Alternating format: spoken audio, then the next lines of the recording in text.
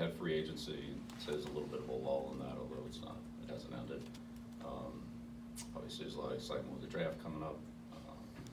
Our players will be returning for the offseason program on Monday, and we'll start to meet with them and then head into on-field work in May, end of April, early May, and into OTAs. So it's an exciting team building time with evaluation of new players, eventually new players coming onto the team, and watching our players come back.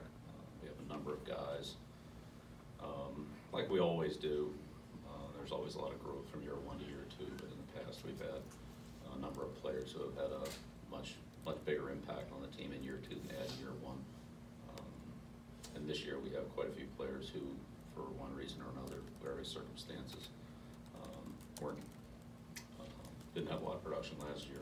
That may change this year, I don't know, but it'll be interesting, exciting to see how they're doing as well. So, you know, just kind of the whole process coming together at this point in time.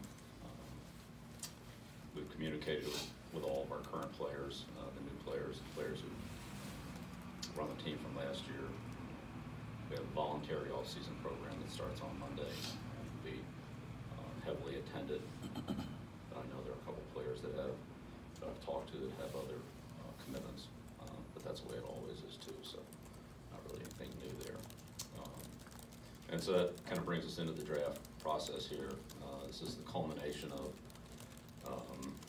a tremendous amount of work by our scouting staff, and to a lesser degree in the last couple months, our coaching staff and other people like that, like myself, but Nick, Monty, and their respective staffs in the scouting area have done a tremendous job of accumulating a lot of information, putting a lot of things together to expedite the process for those of us like me that are coming into the draft a little bit later in the calendar after the regular season, or after the conclusion of the postseason in this case. You know, starting with a couple thousand people, whittling that down to it's called 500, and then getting our draft board down to a fraction of that size. But still, the remaining players in the later rounds and free agents are a key part of the process as well. As we know, we've had a lot of, every year, we've had players undrafted that have made our roster. Some of them have been significant contributors, late round picks, 6th, 7th round picks, free agents. So that part of the process is critical to our success, in some ways just as important as the early rounds are. So it's a big volume of players. A lot of work's gone into that. Again, Monty, Nick, their staff's done a great job. All that being said, it's surprising how every day you come in and kind of a new name pops up somehow.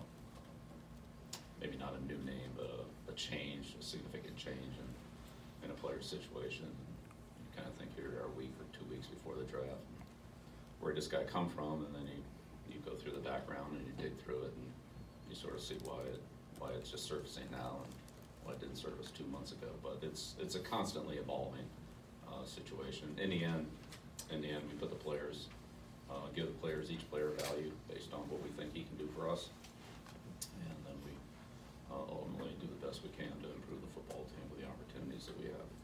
This year is a little bit different than the last couple of years.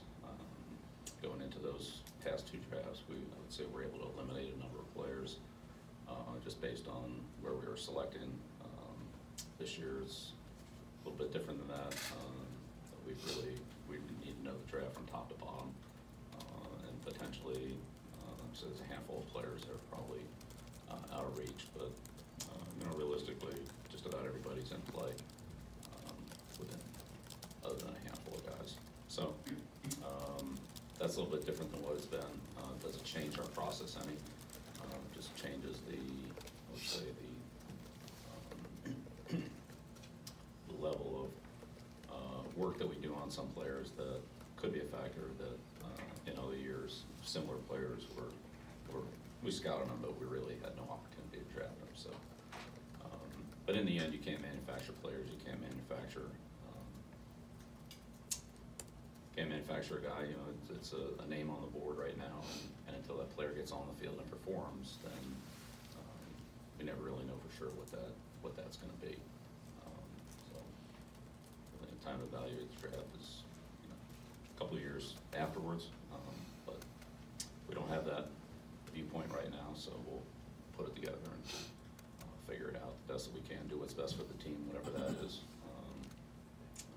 The schedule, so the preseason schedule was released, and I noticed on that schedule that there were no games in May, or June or July, preseason games in August, so it doesn't look like the regular season's gonna start till September this year, so that's four months of team building. There'll be other player acquisitions and deletions, I'm sure, after the draft, as there always are with our team and every other team in the league. This is one piece of the puzzle, it's one part of the process, but there's no games scheduled in May, so we'll continue to evaluate our team, all aspects of it, new players, new veteran players.